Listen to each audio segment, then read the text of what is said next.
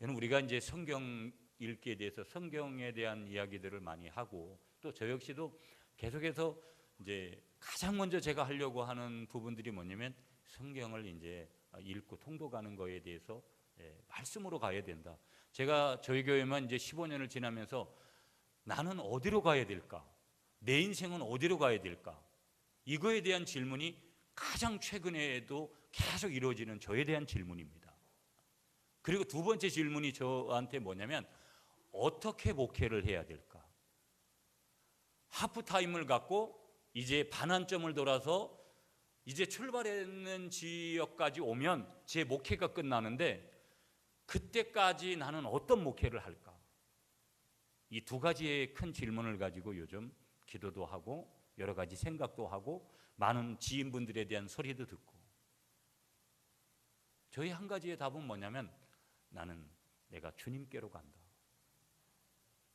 가까이에는 뭐냐? 나는 주님이 기록하신 말씀 앞으로 가겠다. 그럼 제 신앙이 인생이 말씀밖에 없느냐? 여러 가지 수십 가지 수백 가지로 쪼갤 수 있습니다. 하지 말아야 될 것, 아예 가지치기해서 관심도 가지지 말아야 될 것들. 아직도 제가 야구를 못 버려서 그렇지만 야구를 좋아하는 것, 그러나 버려야 될 것들은 과감하게 버리고 조금은 관심을 가져야 될 것, 아예 거기에 몰두해야 될 것. 그러면서 어떻게 목회를 해야 될까? 답은 성경이라고 제가 이렇게 잠정적으로 얻는 거예요. 아멘이십니까? 우리는 인생에서 답이 뭘까? 하나님 말씀 앞에서 사는 건 줄 믿습니다. 여러분이 이 말씀 앞으로 여러분의 몸과 여러분의 마음과 여러분의 영을 이 말씀 앞에 집어넣어야 될 줄 믿습니다. 여러분, 이 말씀이 이해가 돼야 돼요. 나를 이 말씀 앞에 풍덩 담가 넣어야 된다. 이 말씀 앞에서 목욕하고 이 말씀으로 우리의 삶을 조정하고 이 말씀으로 내가 어떻게 해야 되는지를 선택하고 이 말씀으로 은혜를 받고 이 말씀이 우리의 삶의 능력이 되어야 될 줄 믿습니다. 성경을 펼치셔야 된다는 거예요. 성경을 펼치시기 바랍니다. 창세기 1장 1절부터 태초에 하나님이 천지를 창조하셨습니다. 이 말씀부터 펼쳐서 읽으시는 여러분이 되시기를 축복합니다. 이해가 다 안 돼도 계속해서 이 성경을 읽다 보면 은혜를 받아요. 아멘이십니까 여러분?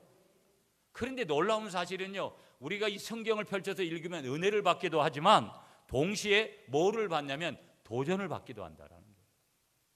은혜를 받기도 하고 뭐를 받는다고요? 도전을 받기도 한다는 거예요. 도전.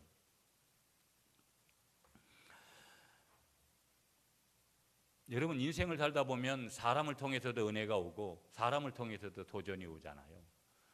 지난 금요일 날 제가 이제 치유사역 세미나 가서 이제 아산에 있는 도고온천에서 거기 치유사역자들하고 다음 달에 이제 베트남 가는 치유사역자들 12명이 가는데 제 치유사역 제가 이제 4기로 1년 동안을 다녔어요. 그래서 4기로 한 동기들이 다양한 교파에 소속되어 있는데 거기에 이제 우리 여의도 순복음교회에서 목회를 하는 한 목사님이 계세요.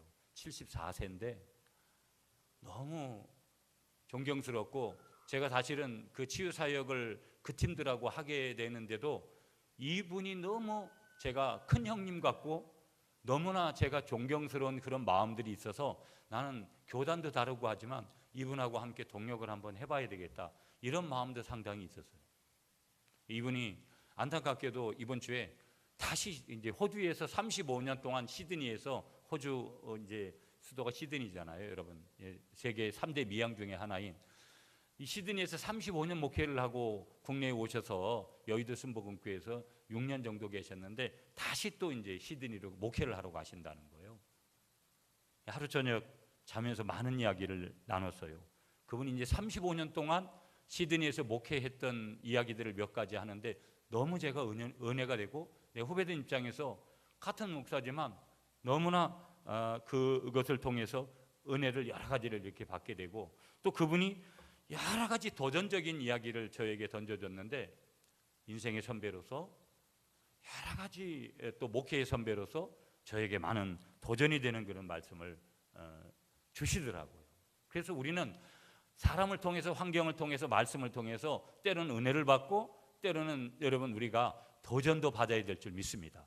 그래야 어떤 때는 다 포기한 것 같이 그렇게 살다가도 다시 우리가 일어날 수 있는 힘이 우리에게 오는 것 아니겠어요? 1순위는 당연히 하나님께로 오는 거고 하나님 말씀으로부터 오는 것이죠. 그 다음은 어디로부터 오는 거예요? 우리의 지인들로부터. 그래서 우리는 믿음의 사람들을 우리가 사귀어야 되고요, 우리가 영적인 것을 공급해주고 나에게 진정한 능력이 뭔지를, 그런 도전을 줄 수 있는 그런 사람들하고 만남을 가져야 될 줄 믿습니다. 그리고 내가 먼저 그런 사람이 돼줘야 되는 거예요. 누구에게? 나의 주위의 이웃들에게 그래야 된다는 것이죠. 그러면서 우리는 그런 도전들을 받고 그런 은혜를 받게 됩니다. 그런데 은혜를 받으면 여러분 놀라운 사실은 뭐냐면, 우리가 이제 성경을 읽든지 여러 가지 이제 예배를 통해서 은혜를 받든지 기도를 통해서 은혜를 받으면 기쁘고 위로가 와요. 은혜를 받으면 나타나는 첫 번째 가장 위대한 증거가 뭐냐? 능력이 뭐냐? 기쁨이 온다라는 거예요. 여러분, 내가 지금 기쁘지 않고 뭔가 우울하고 늘 처지고 무기력하고 두렵고 불안하고 초조하고 긴장되고 이런 증상들은 다 뭐냐면 내가 지금 은혜가 떨어졌다라는 거예요. 그러면 기도 안 하고 말씀 안 보고 영적으로 살지 않으면 계속 떨어지는 거예요. 하나님은요, 하나님은 심판하시고 하나님은 징계하실 때가 있지만, 하나님은요, 제가 요즘 깨닫는 한 가지의 메시지가 뭔지 아세요? 하나님은 어떤 사람들, 우리가 볼 때는요, 저 인간은 완전히 구지불능이라고 하는 그렇게 손가락질을 해대는 그 사람도 그 자리에서 하나님은 다시 일어나서 회복돼서 하나님의 사람으로, 은혜의 사람으로 서기를 원하시는 것이 하나님의 마음이에요. 우리는 그 사람을 정죄하잖아요. 저런 인간하고는 아주 상종도 안 하겠다고 교회 아니든 교회 밖이든 그렇게 말하지만, 하나님은 어떤 사람에게도 그렇게 말하지 않아요. 그 사람에게 손 내밀고 우리 하나님은 다시 일어나라고 그렇게 말씀하시는 거예요. 그럼 그 사람에게만 말씀하시느냐? 저와 여러분들은 얼마나 더 사랑하시겠어요? 이렇게 하나님을 예배하고 이렇게 하나님을 찬양하고 이렇게 말씀대로 살아가려고 하는 여러분들을 하나님이 얼마나 사랑하시겠냐라는 거예요. 때로는 내 몸에 질병이 찾아오고 내 마음에 질병이 찾아오고 내 인생의 일들이 꼬여지고 내 삶의 그 가정의 여러 가지 일들이 꼬여져도, 하나님은 세상은 우리를 외면하고 사람은 우리를 외면해도, 환경은 우리를 외면해도 우리 하나님은 우리를 절대 나를 외면하지 않으신다라는 거, 여러분 믿으시는 여러분이 되시기를 축복합니다. 그 은혜가 오면 기쁜 거예요. 아멘이시죠? 그러면서 우리는 위로를 받는 것이죠. 그런데 중요한 것은 도전을 받으면 어떤 일이 벌어지느냐? 불편해져요. 아유, 참 도전이 됐어요. 그 순간은 막 나도 좀 할 것 같아요. 근데 시간이 점점 지나면 저 사람은 뭐 조건 때문에 했지, 저 사람은 저래서 했지, 근데 나는 그게 안 되잖아, 나는 돈이 없잖아, 나는 뭐 학벌이 안 좋잖아, 나는 뭐 거기에 대한 지식이 없잖아. 도전을 받을 때는 좋은데 시간이 점점 지나면 불편해지는 것을 더 많이 느껴요. 그래서 작심삼일이 돼버리죠. 그래서 도전이 되는 말씀은 자기도 모르게 점점 시간이 되면서 피하게 되는 거예요. 교회 안에서도요, 은혜를 받아서 막 기뻐가지고 나도 저 권사님 같아, 나도 저 장로님 같아 해야지, 헌금도 저렇게 해야지, 봉사도 저렇게 해야지. 이게 끝까지 가는 일들이 잘 없을 때가 많아요. 도전이 잘못되는 것이 아니라 그 도전을 이루어가는 그러한 그 과정들이 이제 어려움에 봉착할 때 인간은 그것을 자꾸 놓는 것, 섭성이 있기 때문에 그렇다라는 거예요. 자, 오늘 본문으로 우리가 이제 가보겠는데요. 오늘 우리가 읽은 본문 말씀도 굉장히 도전적인 말씀입니다, 여러분. 새로운 깨달음을 주는 말씀인데요. 우리의 마음 한 구석을, 또 도전적인 말씀이기 때문에 우리의 한 구석을 오늘 말씀을 들으면 굉장히 불편하게 만드는 그런 내용이 오늘 본문이 되겠습니다. 불편한 이유가 뭘까? 근본적인 이유는 그 말씀이 우리가 감당할 수 없는 것을 요구하기 때문인 거예요. 하나님은요, 예수를 믿어보면 어떤 때는 하나님은 그냥 복만 내려주고 나한테는 별로 요구를 많이 안 하면 좋은데, 여러분 신앙생활을 깊이 하고 신앙생활을 오래 한 분들이 실패하는 이유가 뭔지 아세요? 기도를 하고 하나님이 가만히 묵상하고 있으면 하나님이 뭘 주라 그러는, 물질적으로도 그렇고 마음적으로도 그렇고 뭘 주라고를 많이 하세요. 네가 받아라 이런 쪽으로 하는 것보다는 네가 줘라, 하나님이 이런 메시지를 많이 주신다고요. 그래서 우리가 감당할 수 없는 것들을 요구하기 때문에 도전이 오면 불편한 거예요. 자, 우리가 읽어본 대로 오늘 교독을 했는데 본문의 내용을 한번 볼까요? 본문의 내용은 이런 거예요. 어떤 율법교사, 율법 전문가가요, 예수님에게 이렇게 물었습니다. 여러분, 오늘 본문 25절 말씀이죠. 여러분 25절을 읽어주세요. 여러분이 다 같이 읽어주세요. 시작.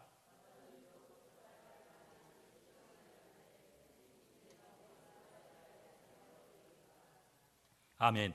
선생님, 라삐요, 이 말은 선생님 이런 말이거든요. 선생님, 내가 뭘 해야 영생 얻을 수 있습니까? 이 말은 다른 말로 하면 이런 거예요. 선생님, 내가 어떤 일을 좀 하면 상속을 좀 받겠습니까? 유산을 좀 받겠습니까? 이런 얘기예요. 이런 율법교사의 질문에 대해서 예수님께서 뭐라고 말씀하시냐면요, 율법이 이에 대해서 뭐라고 말하느냐, 예수님께서 다시 질문하는 거예요. 26절에 보시면 역으로 그렇게 묻는 거예요. 그러니까 율법교사가 다시 뭐라고 얘기하냐면, 율법 가운데, 토라 가운데 하나인 신명기 6장 5절, 여러분 거기에 기역과 니은이라고 표시되어 있는데 그 밑에 가시면 각주가 달려 있어요. 신명기 6장 5절과 레위기 19장 18절을 인용해서 대답을 하는 거예요. 신명기 6장 5절, 마음을 다하며 목숨을 다하며 힘을 다하며 뜻을 다하여 주 너의 하나님을 사랑하고, 또한 여기 레위기 19장 18절을 인용하면서 이웃을 자기 몸처럼 사랑하는 것이라고 했습니다. 율법교사가 그렇게 물으니까, 예수님께 대답을 하니까 예수님은 그래, 네가 말한 것이 정답이다. 그리고 이 율법교사는요, 제대로 하나님의 말씀을 이해하고 있는 거예요. 그래서 예수님께서도 이렇게 말씀하셨어요. 28절을 보세요. 내 대답이 옳도다, 이를 행하라, 그러면 살리라. 자, 28절 읽겠습니다. 여러분 시작. 예수께서 이르시되 내 대답이 옳도다, 이를 행하라, 그러면 살리라 하시니. 예수님께서 지금 그렇게 말씀하시는 거예요. 그러자 율법교사가 또 뭐라고 얘기하냐면, 자기가 율법의 조예가 깊다라는 것을, 그렇지요 예수님, 그렇지요 랍비요, 맞습니다, 나는 율법에 이렇게 대단한 사람입니다, 나는 율법의 조예가 깊은 사람입니다, 이런 것을 은근히 깊다라는 것을 자랑하는 토로 다시 예수님께 묻는 거예요. 그러면 내 이웃이 누구이니까? 29절에 보시면 나오죠. 여러분이 다시 29절 읽어주세요. 시작.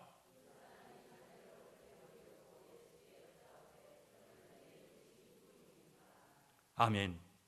율법교사가 예수님께 물었어요. 그러면 내 이웃이, 나의 이웃이 누굽니까? 이런 질문은 뭐냐면, 내 이웃이 누구인지를 알아야 이웃을 사랑하지 않겠습니까? 이런 말투예요. 지금 이야기하는 게. 여기 문제가 뭔지 아세요? 철저히 나 관점에서, 철저히 내 관점에서 이웃에 대한 답을 묻는 질문을 지금 예수님께 하고 있는 거예요. 오늘로 말하면은요, 이 사람은 신학을 전공한 사람이에요.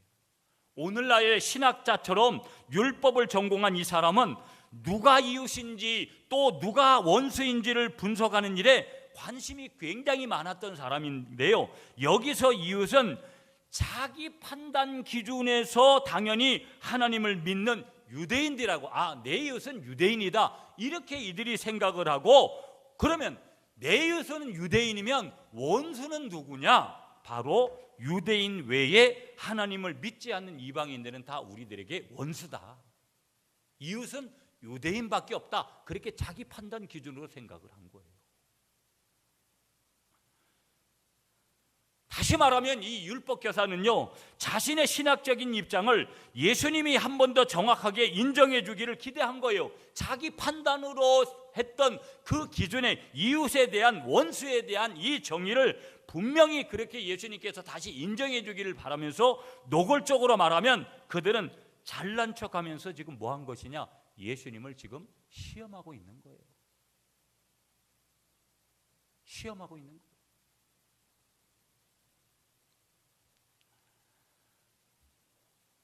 예수님은 그때 누가 이웃인지에 대해서 신학적으로 대답을 안 하시고요, 예수님께서 선한 사마리아인의 비유로 말씀하시는 거예요. 그 비유가 몇 절부터 시작되세요? 30절부터 시작이 되는 거예요. 그렇게 말하고 있는 율법교사에게 선한 사마리아인의 비유를 통해서 예수님께서 말씀을 주시는데, 성경에서 이 비유는 눈에 보이지 않는 그런 천상의 것, 하늘의 것들을, 또 눈에 보이지 않는 그 우리가 있는 땅의 것으로 설명하는 그런 문학적인 기법이라는 거. 여러분, 예수님이 이렇게 갑자기 쭉 대화하다가도 비유로 이렇게 말씀을 주신다라는 것들을 우리가 항상 염두에 보면서 이제 성경을 읽을 필요성이 분명히 우리에게 있는 것이죠. 그러니까 비유의 내용을 들어서 그렇게 하는데, 비유의 내용은 어떤 것이냐면 이런 거예요. 어떤 사람이, 이제 30절부터 설명하는 거죠. 어떤 사람이 예루살렘에서 여리고로 내려가다가 뭘 만났습니까? 강도를 만난 거예요. 강도를 만났는데, 강도들은 이 사람의 모든 것을 다 빼앗았습니다. 옷을 벗기고 죽을 지경에 이르기까지 구타를 했습니다. 그렇게 구타한 뒤에 길에 버려버린 거예요, 그냥 이 사람을. 성경을 보면은요, 이 예루살렘에서 여리고로 가는 길은 사람들이 뜸한 광야를 지나가는 거예요. 그래서 거기에는 또 험한 바위가 많아가지고 산적들이 출몰하기 좋은 장. 옛날에 우리가 조선시대 이런 데 보면 막 산적들이, 우리가 문경이나 여러분 이런데 뭐 이화령 터널 뭐 이런데 한번 이렇게 가다 보면, 여러분 옛날에 그 문경이 서울 가는 그런 길들인데 가다 보면 그렇게, 지금이야 무슨 고속도로 가지만 옛날에 얼마나 무서웠겠어요. 그런 걸 추측하는 상황 속에서 이제 아주 산적들도 출몰하기 좋은 거고 광야 같은 그런 곳이라는 거예요. 아무튼 강도 만난 이 사람이 지금 이렇게 죽어져 가고 있는데, 이 사람이 이렇게 방치되면 얼마 지나서 결국 어떤 일이 벌어지냐? 이 강도 맞는 사람이 죽게 되는 거예요. 마침 이때 예루살렘 성전에서의 일을 다 마치고 휴식을 취하기 위해서 여리고로 내려가던 제사장이 강도 만난 사람을 봤어요. 그런데 이 제사장이 이 강도 만난 사람을 보니까 피범벅이 된 모습인 거예요. 끔찍하죠, 여러분. 가끔 여러분 교통사고 나가지고 막 피를 막 흘리고 이런 분들 보세요. 끔찍하잖아요. 무섭기도 하고. 어찌 보면 가만히 놔두면 독수리들이 이제 막 내려와가지고 쪼아서 먹을 기회를 노리느라 높은 곳에서 그렇게 그 독수리들이 저 시체가 우리가 바로 내려가서 먹을 그런 정도가 되는가, 그렇게 높은 산에서 아마 노리고 있을지도 모르는 거예요. 그런 상황 속에 지금 있더라는 거예요. 제사장은 아마 많은 생각을 했을 거예요. 성경에는 그런 얘기가 나오지 않지만 분명히 인간이기 때문에, 목회자만 그런 것이 아니라 어려운 처지에 빠진 사람을 보면 누구나 치근한 생각이 드는 건 맞아요. 여러분, 안 됐다, 좀 도와주고 싶다, 뭘 하고 싶다라는 것은 인간이라면, 정상적인 인간의 마음을 가진 사람이라면 이런 어려움을 당한 사람을 보면요, 그런 생각을 해요. 도울 생각하는 거예요. 생각까지는 하는 거예요.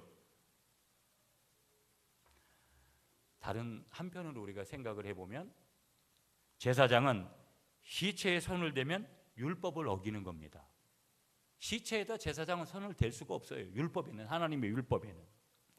또 인간적으로 생각을 해보면 강도들이 아직도 이 부근에 남아있을지 모르니까 만약에 안 본 채 하고 빨리 피하는 것이 상책일 수도 있는 그런 상황인 거예요.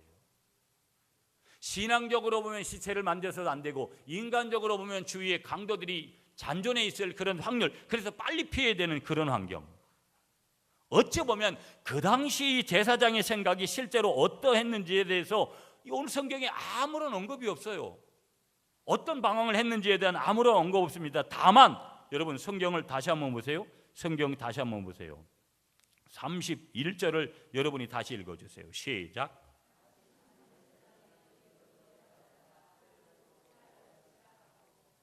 아멘.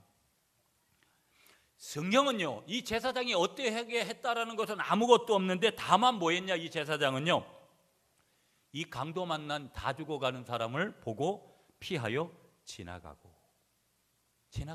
거예요. 그냥 당장 도움이 필요한 죽어가는 이 사람에게 제사장인데 하나님을 믿는 이 제사장이 외면한 거예요. 외면한 거예요. 여러분, 저나 여러분들이 도움을 필요한 내 가까운 가족들부터 내 가까운 이웃들을 외면한 적이 얼마나 많습니까? 어떤 이유가 됐든지 간에 외면한 경우들이 참 많죠. 그 다음에 누가 지나갑니까? 레위인이 지나갑니다. 오늘로 말하면 그냥 목회자다 이렇게도 볼 수 있는데, 레위인이 지나가다가 제사장과 같이 똑같이 행동을 하는 거예요. 레위인도 결론이 뭐예요, 여러분? 성경 한번 보세요. 자, 32절 시작.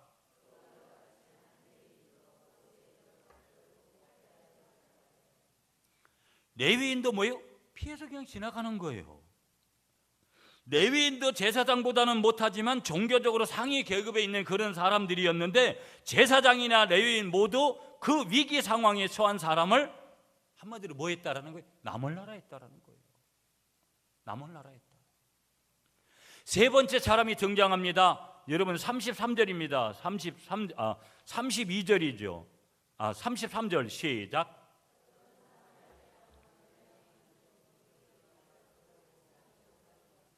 아멘.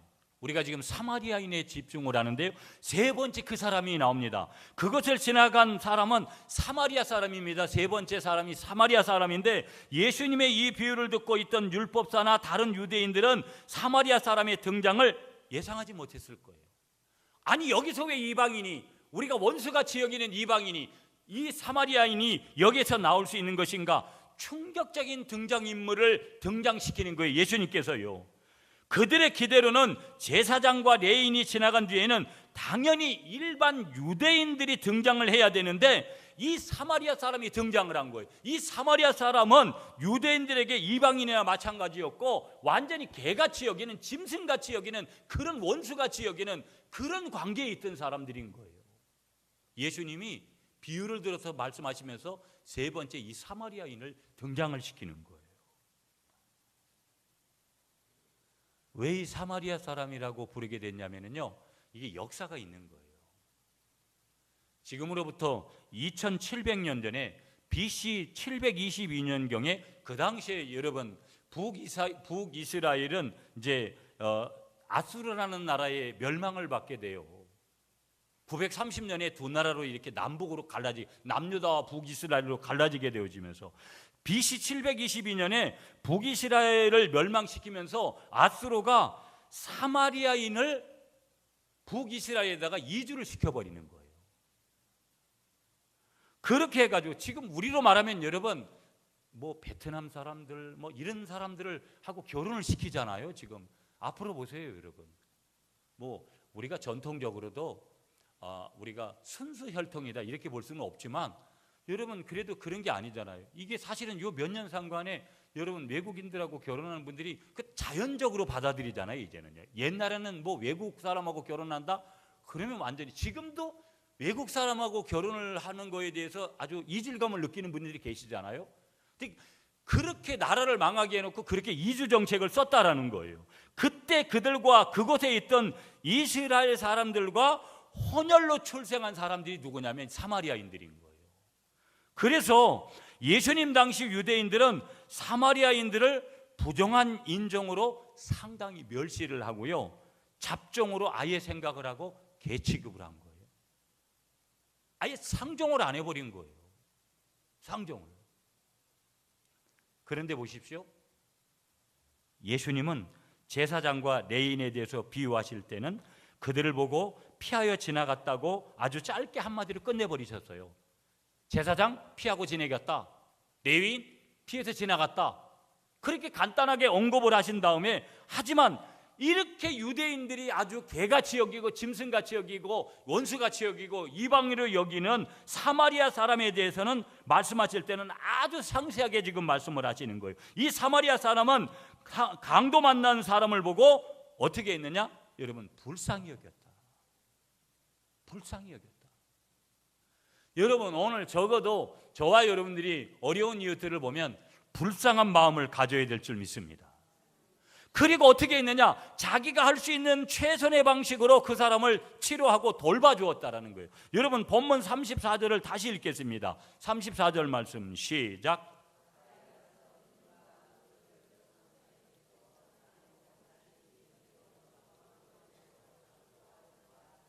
아멘. 그뿐만이 아닙니다. 하룻밤을 거기서 함께 보내고 주막 주인에게 뭐라고 얘기합니까? 2데나리온을 주면서 다친 사람을 더 돌봐달라고 부탁합니다. 그러면서 더 얘기해요. 비용이 더 들면 일을 마치고 돌아올 때 자기가 갚아주겠다는 거예요. 가족이 아니면 할 수 없는 사랑을 베푸는 거예요. 여러분 제가 이제 아까 이제 서론을 시작하면서 말씀드렸던 호주에서 목회하신 이 목사님이 35년 동안 목회를 하면서 저는 감당할 수가 없는 그런 돈들을 무슨 불법 체류자들 영주권을 만들어주고 막 온갖 어려움을 외국에 가 있으면 여러분 교회를 찾아가는 이유가 있는 거예요. 35년 목회를 하면서 저는 도저히 감당할 수 없는 그런 정도의 것들을 그 무거운 짐들을 그렇게 감당하면서 35년을 그렇게 감당하셨더라고요. 대단하시다. 제가 말씀을 준비하면서 그분이 그렇게 떠오르더라고요. 한 주간에 그렇게 얘기 나왔으니까 자기 가족도 이렇게 못 돌보는 그런 일을 여러분 지금 누가 한 거예요? 사마리아인이 강도 맞는 사람에게 그렇게 했다라는 거예요. 레위인, 제사장, 사마리아인 세 사람이 똑같이 강도 만난 사람을 보았는데 그 반응이 사마리아 사람만 달랐더라는 거예요.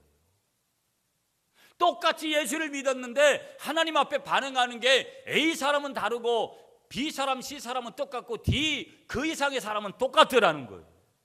인생을 사는 것이 학벌은 다르고 다 더라도 어떤 사람은 이런 방식으로 사는데 어떤 사람들은 그렇게 살지 못하더라는 거예요.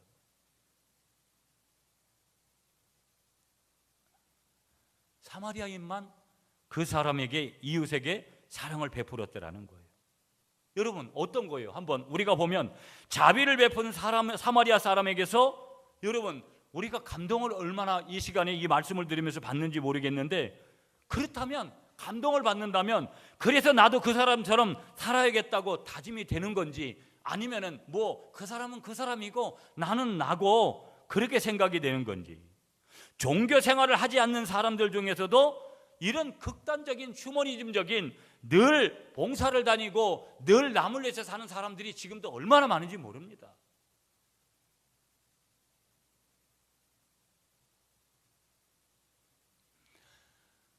남아프리카나 또 아프리카 땅이나 오지나 이런 데 가서 원주민을 위해서 희생하면서 그렇게 살아가는 그런 사람들 얼마나 많은지 모릅니다. 국경 없는 의사회라고요. 이런 분들은요, 이런 단체에서는요, 의료시설이 없는 지역들 사람들 가서 의료봉사하고 휴바 있죠, 여러분, 마더 테레사 뭐 이런 사람들 여러분 많이 떠올리잖아요. 일반적인 기준에서. 이름이 알려진 이들만이 아니라 숨어서 지금도 여전히 사마리아 사람처럼 사랑을 베푼 이들도 많이 있더라는 거예요. 이런 사람들은 여러분 어떻게 해야 돼요?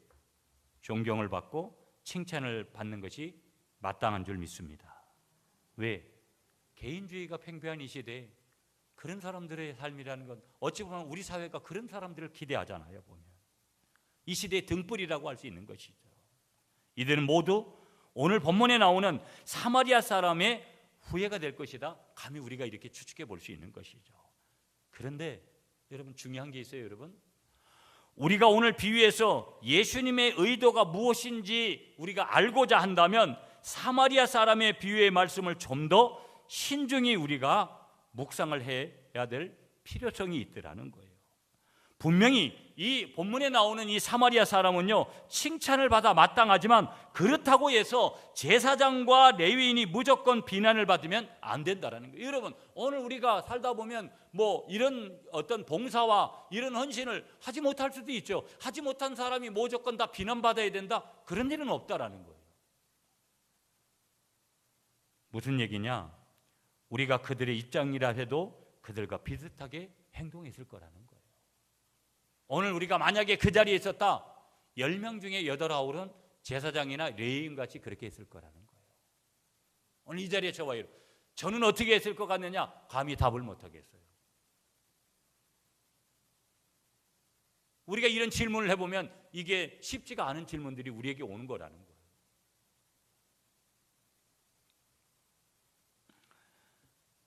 예수님은요, 이 비유를 통해서 누가 잘하고 이 사람은 잘했고 이 사람은 잘못했고 누가 못했다라는 것을 말씀하시는 그런 의도가 있는 게 아니올시라라는 거예요. 또한 한 가지 더, 사마리아 사람의 삶을 우리가 그대로 따라갈 수도 없어요. 무조건 이 사람과 같이 우리가 그렇게 살아가는 것이 무조건 옳다, 그렇게 볼 수도 없다라는 거예요.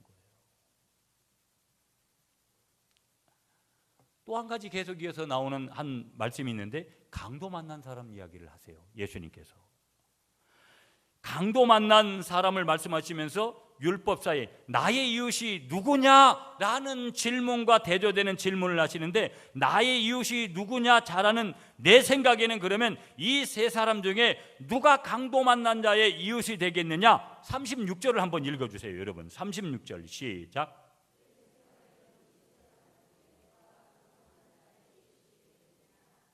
예, 그러면 예수님의 비유를 들었으면, 우리가 고전에 예수님의 비유를 들었기 때문에 당연히 사마리아 사람입니다 이렇게 대답을 할 수 있다라는 거예요. 그런데 율법사가 그렇게 얘기를 했어요. 자비를 베푼 자입니다 그렇게 대답했어요. 오늘 성경에 보면 사마리아 사람이라는 말을 입에 올리기조차 싫어한 거예요. 그러니까 사마리아인들은 그렇게 자기들이 워낙 부정하고 한마디로 그냥 개같이 여기는 그런 사람들이기 때문에 뭐예요? 그 사람들을 떠올리기조차 싫은 거예요. 그래서 자비를 베푼 사람입니다 그렇게 얘기를 하니까 예수님께서 37절 읽어주세요. 여러분 37절 시작.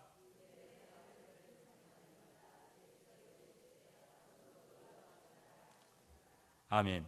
그러니까 예수님께서 뭐라 그래요? 가서 너도 이와 같이 해라. 예수님께서 그렇게 말씀하세요. 여기 중요한 얘기를, 오늘 설교의 핵심적인 얘기라는 거예요. 율법사는요, 누가 나의 이웃인가에 그거를 좀 규정하는데, 그래서 유대인들은요, 사마리아인이, 선한 사마리아인이 그렇게 하니까 사마리아인은 개로 여겼는데, 이방인으로 여겼는데, 아예 표현 자체도 자비를 베푼 사람입니다 이렇게 바꿔가면서 그렇게 하는 거예요. 그러니까 유대인의 관심은 누가 나의 이웃인가를 규정하는 데 있었는데, 예수님의 관심은 뭐였느냐? 이웃이 되어주는 데 있었다라는 거예요. 매우 중요한 얘기예요. 아멘이십니까? 내가 이웃이 되어주라. 누가 나의 이웃입니까? 자기의 관점에서 율법교사나 율법사들은 거기에 관심이 있었는데, 예수님의 관심은 어디에 있었느냐? 내가 이웃이 되어주라. 여러분, 이게 오늘 설교의 핵심이에요. 여러분 옆에 계신 분하고 하면 이렇게 인사하겠습니다. 내가 이웃이 되어주라. 아이, 또 왜 아침부터 반말이야 또 이래서 기분 상하지 마시고, 당신이 이웃이 되어주세요. 내가 어깨를 내어주라는 거예요. 여러분, 교회까지 와가지고 많은 사람들이요, 다른 사람이 자기를 어떻게 해주기를 바래요. 교회 오면 내가 오늘 어떻게, 내가 한 주간 동안 어떻게 해서 물질도 내가 마음도 여러 가지를 갖다 가지고 와서 내가 교회 안에서 어려운 내 교우들과 내가 함께하는 교우들에게 내가 있는 것을 나눠서 내가 섬겨줘야지. 이게 신앙이라는 거예요. 내가 교회를 떠나서도 내가 어깨를 내어주는 그 사람, 오늘 예수님께서 그렇게 말씀하시는 그 예수님의 관점은, 복음은 뭐냐? 이웃이 되어주는 데 있다라는 거예요. 아멘이십니까? 관점이 완전히 다르다라는 거예요. 율법사의 관점은요, 자기가 중심이 되는 관점이라고 한다면, 예수님의 관점은 강도당한 사람이 중심이 되는 관점이라는 거예요. 이게 쉬운 말씀이 아니올시다. 그러나 우리가 이 말씀이 매우 중요한 거예요. 우리는 이웃과의 관계를 율법사와 비슷한 관점에서 생각을 하는 거예요. 내 관점에서 상대를 봅니다. 주관적으로 세상을 판단합니다. 내 편과 너의 편을 나눕니다. 조폭의 의리와 비슷합니다. 그래서 끼리끼리 어울립니다. 교회에 와서도 자기하고 맞는 사람하고만 어울리고 자기 편에 있는 그런 사람하고만 어울립니다. 밖에 나가서는 오죽 더 하겠어요. 우리가 밖에 나가서는 오죽 더 하겠느냐라는 거예요.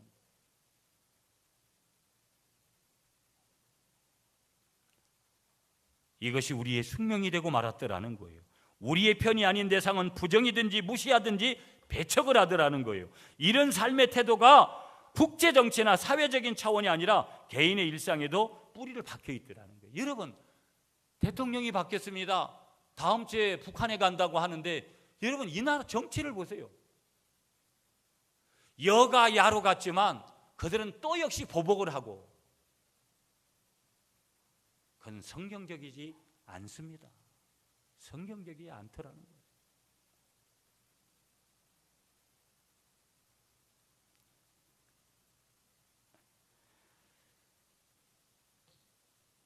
이제 예수님께서 지적하는 율법사들에게 한 가지 더 팁, 내가 이웃이 되어주자는 거하고 한 가지 더. 이 율법교사나 이 율법사에게 문제가 뭐냐? 고정관념이 있더라는 거예요. 우리의 고정관념이 내가 이웃이 되어주지를 못하는 근본적인 문제가 되는 거예요. 한 번 더 인사하시겠습니다. 고정관념을 내려놓으세요. 한 번 더 하겠습니다. 이웃을 자기처럼 사랑합시다. 그러면서 여러분, 한 가지 중요한 메시지를 주시는데, 한번 따라하겠습니다. 예수님이 사마리아 사람입니다. 이게 또 핵심인 거예요. 오늘 본문에 등장하고 있는 사마리아 사람이 누구라는 거예요? 예수님이라는 거예요. 예수님이 그렇게 하신 거예요. 그러면 우리는 누구와 이웃이 돼야 되는 거예요? 예수님과 가장 가까운 이웃이 되어야 될 줄 믿습니다. 아멘이시죠? 아멘이시죠? 그러면서 오늘 본문의 중요한 사실은 누가 강도 만난 사람이라는 거예요? 내가 강도 만난 사람인 줄 믿습니다. 그러면 내 이웃이 예수님이 되면, 그분이 사마리아인이면 우리가 강도 만났을 때 반드시 사마리아인 되시는 예수님께서 저와 여러분들을 구원하여 주시는 줄 믿습니다. 이미 십자가에서 2000년 전에 우리의 원죄와 우리의 저상죄와 우리의 자범죄를 위하여 예수님께서 십자가를 짊어지신 줄 믿습니다.